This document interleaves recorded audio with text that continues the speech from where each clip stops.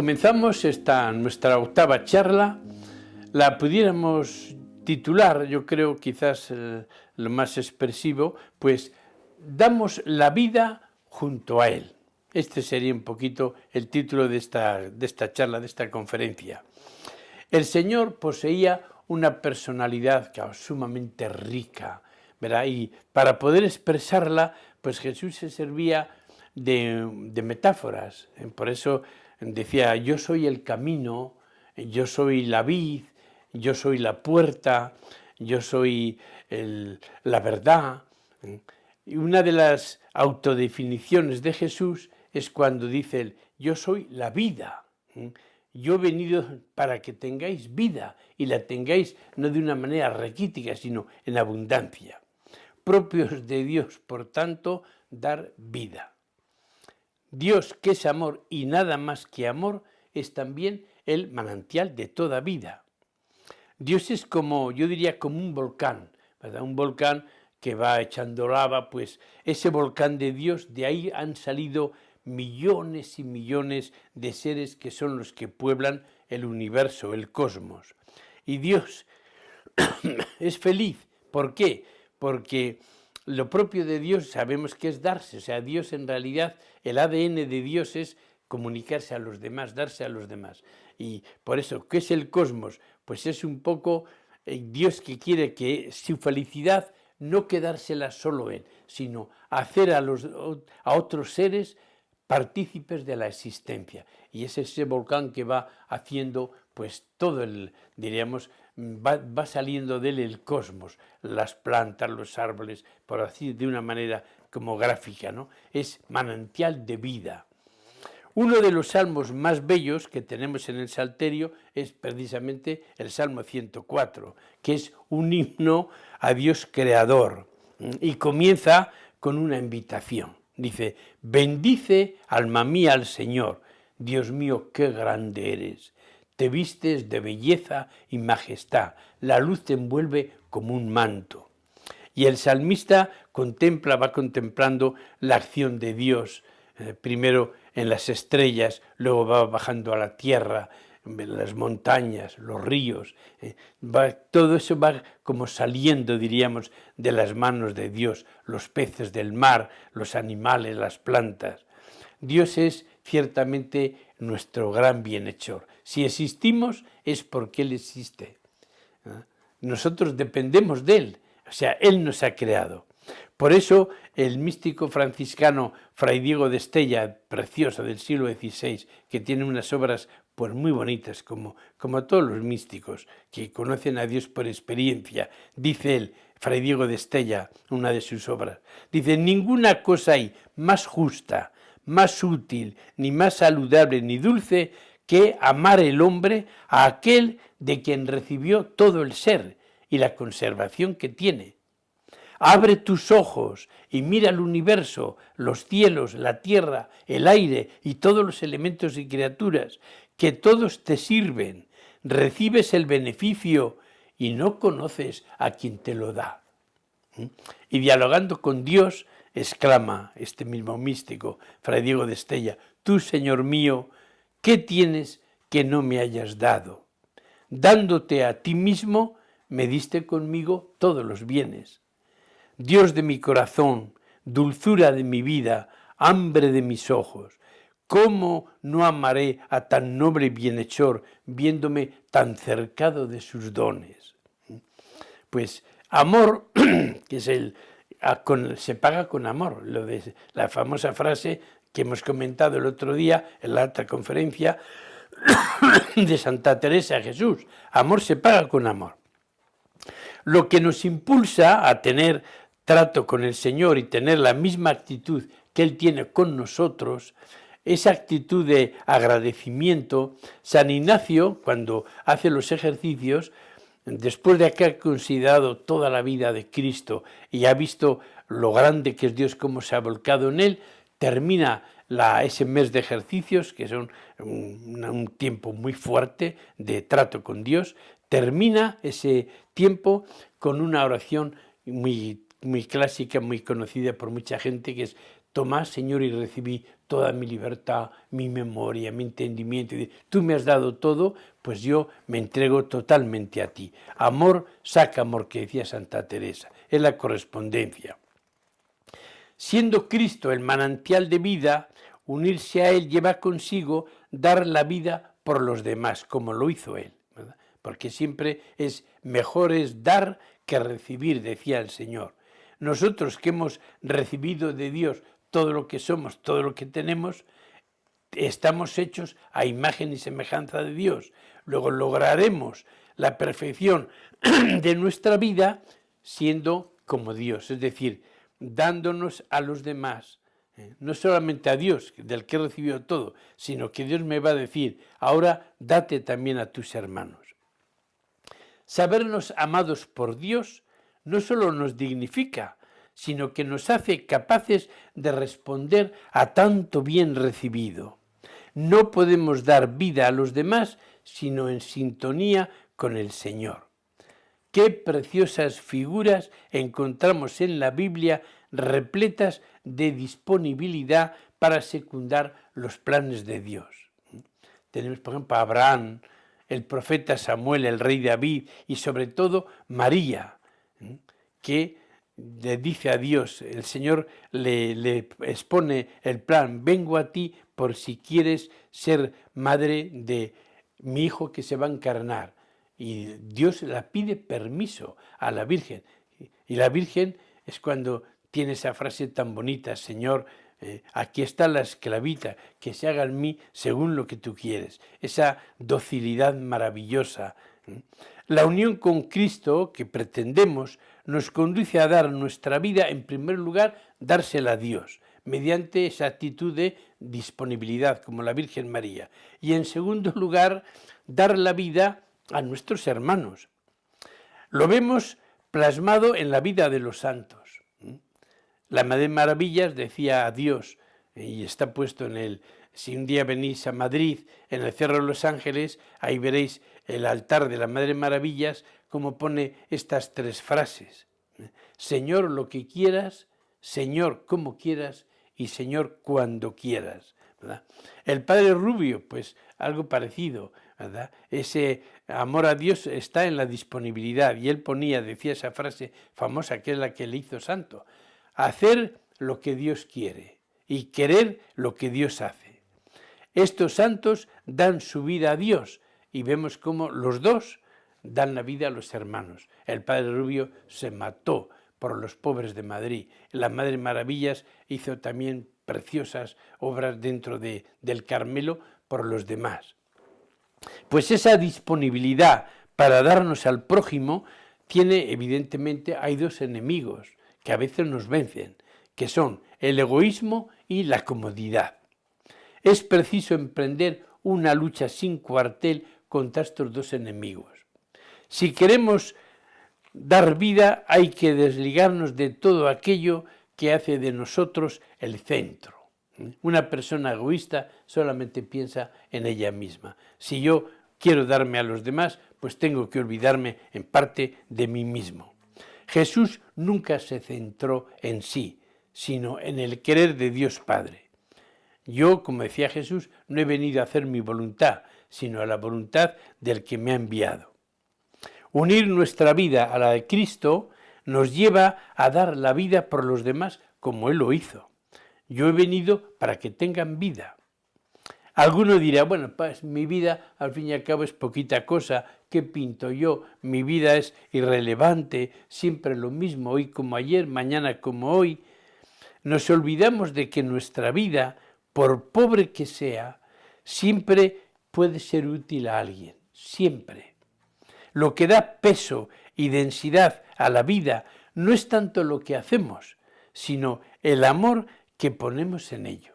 O sea, puedes llevar una vida sumamente anodina, pero si pones mucho amor en las cosas que tú haces, en cualquier cosa, ir a comprar lo que sea, el pan, o ir a visitar a un amigo, o ir a tu trabajo, poner todo el amor posible, porque eso es lo que hace rentable la vida, es curioso.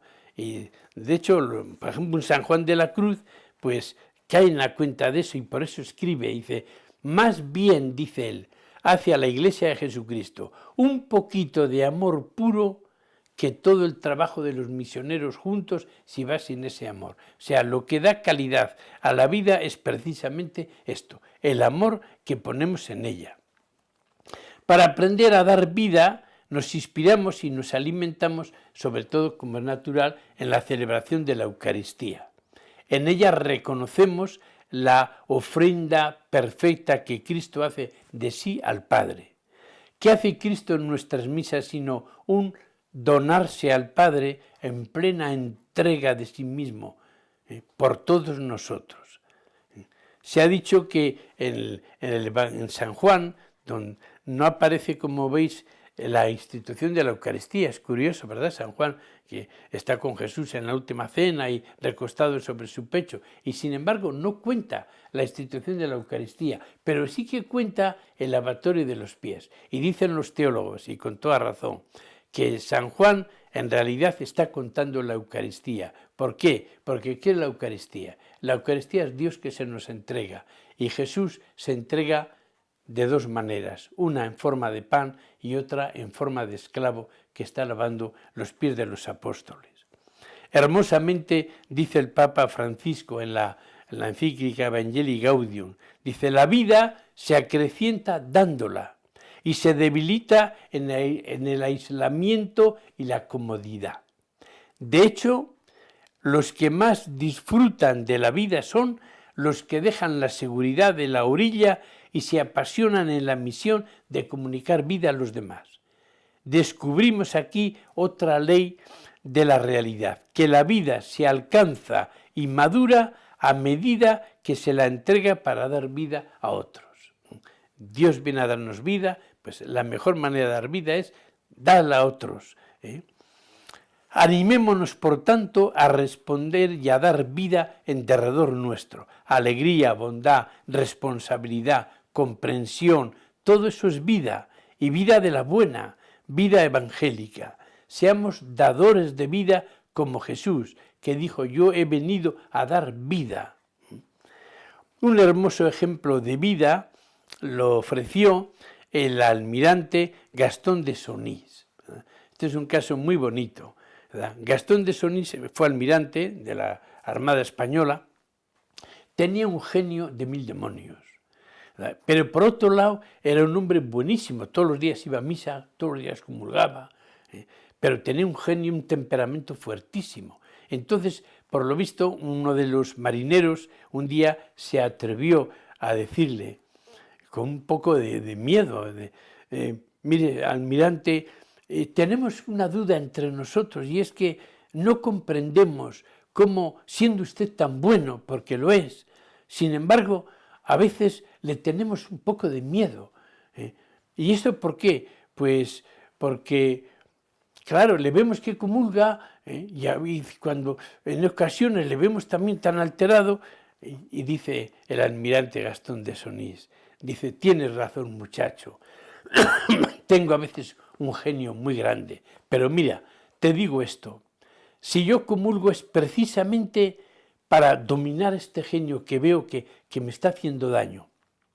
Porque te aseguro, y os aseguro a todos los marineros, que si no fuera porque comulgo todos los días, más de una vez os habría tirado a todos por la borda del barco, les dijo, ¿verdad? Bueno, pues es un poquito esto, ¿verdad? La Eucaristía da esa fuerza para dar vida y ser bueno a pesar de todas las dificultades. La Eucaristía nos da fuerza para dar vida, ya que nos une estrechamente con Cristo, y con Cristo se superan todas las dificultades. Unidos a Él, descubrimos que nuestra vida, a pesar de nuestra pobreza y nuestra limitación, por pequeña que sea, es útil a los demás. La vida es útil cuando se entrega. Nadie ama más, decía Jesús, que el que da la vida por los amigos. La vida se da cuando uno va siendo capaz de salir de sí, de hacer como un éxodo de su persona. Tenemos que descentrarnos si queremos dar vida a nuestro alrededor. Los egoístas nunca dan vida. ¿Por qué? Porque son incapaces de descentrarse, solamente piensan en sí mismos. En la Eucaristía, mediante una oración de ofrenda, le decimos a Jesús: Señor, yo estoy aquí, puedes contar conmigo. Ofrecerme para el servicio de Cristo es acoger agradecido el don gratuito del amor de Dios y responder a ese amor con mi vida entera. Todo ello a pesar de mis límites, de mis incoherencias y de mis limitaciones. Al unirme estrechamente con Jesús en su sacrificio de la misa, hago yo de mi vida una ofrenda de servicio al Señor y a los demás.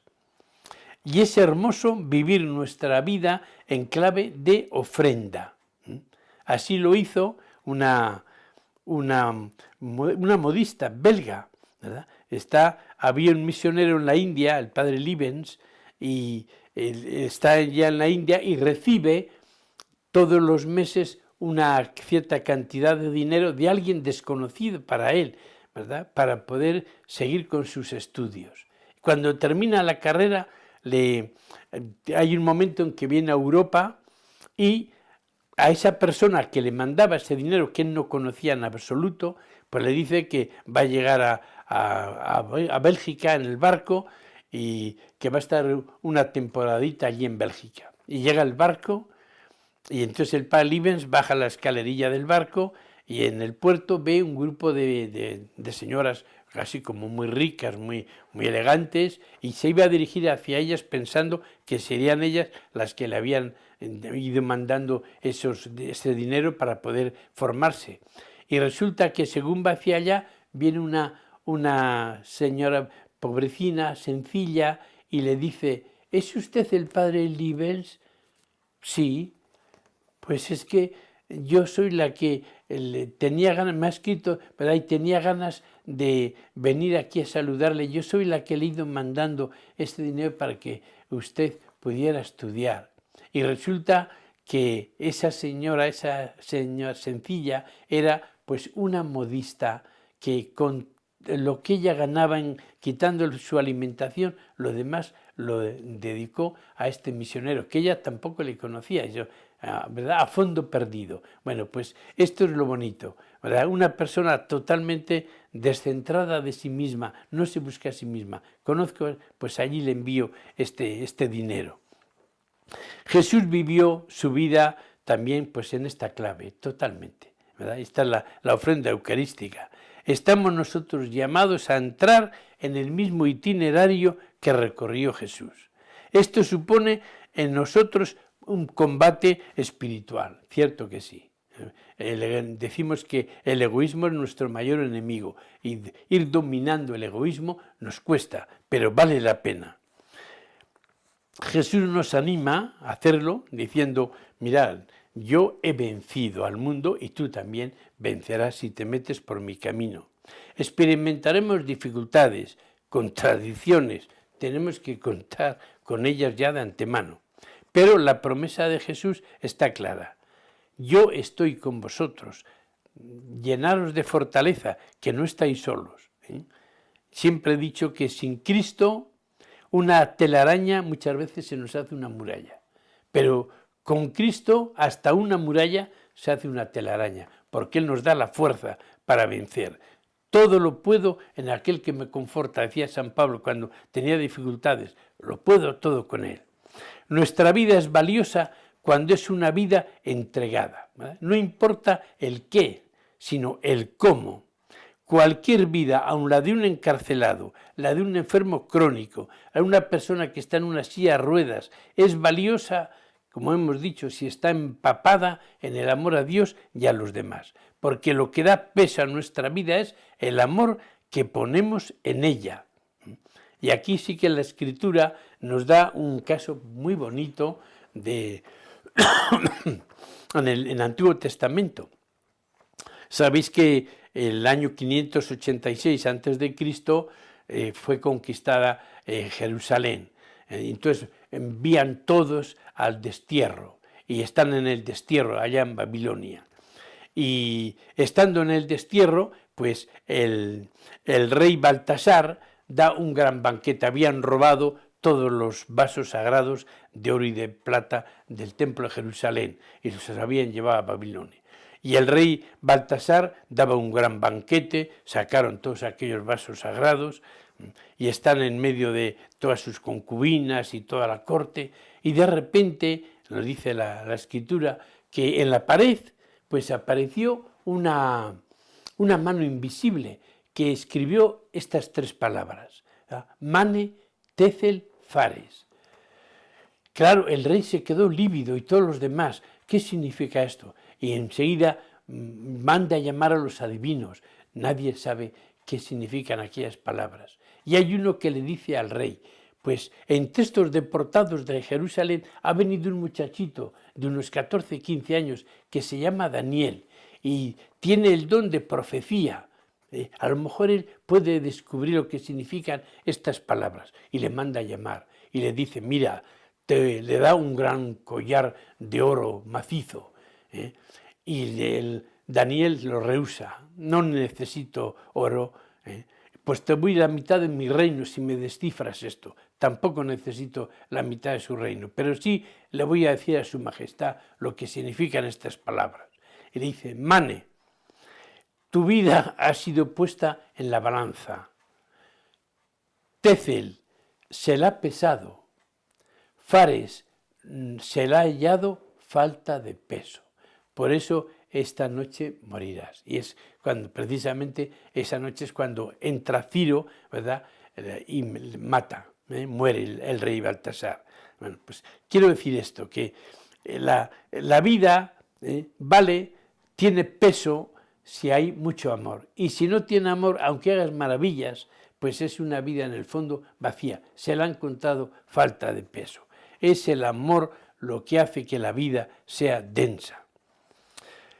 Se trata, por tanto, como decía Jesús con una parábola, la parábola del rico necio, ¿verdad?, que está lleno de una cosecha impresionante, tira los graneros antiguos, construye unos nuevos mucho más grandes y dice, ahora ya siéntate, come, banquetea, tienes bienes para muchos años. Y oye esa voz, necio, esta noche te van a quitar la vida, todo lo que has acumulado, ¿para quién será? Pues se trata, dice, así será a los que son ricos para sí, atesoran para sí, pero no son ricos para Dios. Se trata de ser ricos para Dios.